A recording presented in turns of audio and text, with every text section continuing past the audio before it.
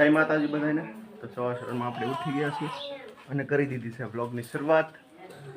તો ચાલો આપણે મળીએ આગળના બ્લોગમાં। આજે આપણે જવાનું છે રાહત કામમાં અને જઈને મળીએ આપણે રાહત કામમાં। આવું કંઈક રાહતનું કામ ચાલુ છે।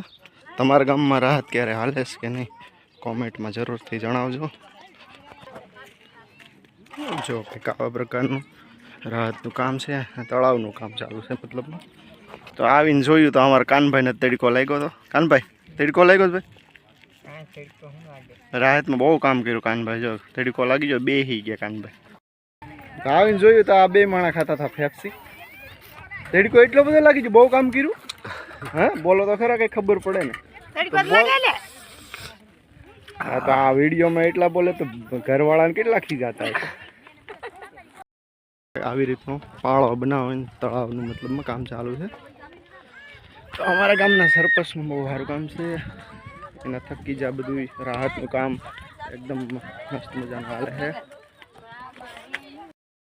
ક્યારનો માણસો ગોતું રાહતમાં, મેં કીધું માણસો કેમ ઘટે છે। આ બધા આવીને અહીંયા સાંયે બેસી ગયા। લ્યો તડકો લાગી ગયો તો બરફ ખાવા આવી ગયા। અહીંયા શું કરો? હે અહીંયા શું કરો? શરબત પીવા આવ્યા હતા? આ સામભાઈ અહીંયા શું આવ્યા તમે? બરફ ખાવા।